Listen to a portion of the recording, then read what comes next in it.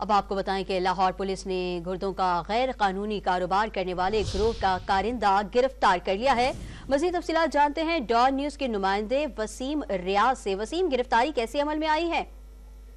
जी देखें, बिल्कुल गुलशन इकबाल पुलिस ने ये कार्रवाई की है। जो मुतासरा शख्स है सलीम, इसने पुलिस को दरख्वास्त दी जिस पर मुकदमा दर्ज करके पुलिस ने तफ्तीश की और एसपी इकबाल टाउन ने फौरी तौर पर डीएसपी मुस्लिम टाउन आतिफ मिराज की सरबराही में टीम तश्कील दी और इस मुलजिम को जो है वो गिरफ्तार किया गया। दौरान तफ्तीश इंकशाफ हुआ कि मुलजिम ने रंग के बहाने इस मुतासरा शख्स को जो है अपनी गाड़ी में बिठाया और फिर नशावर जूस पिलाकर इस्लामाबाद ले गए, जहां इन्होंने इसका गुर्दा जो है वो निकाल लिया।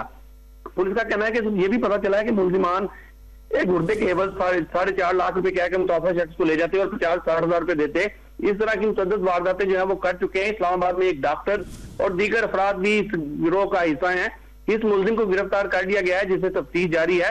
पुलिस का दावा है कि जल्द दीगर मुलजिमान को भी गिरफ्तार कर लिया जाएगा। जी, जल्द दीगर मुलजिमान को भी गिरफ्तार कर लिया जाएगा। वसीम हमें तफसीलात से आगाह कर रहे थे। वसीम, आपका शुक्रिया।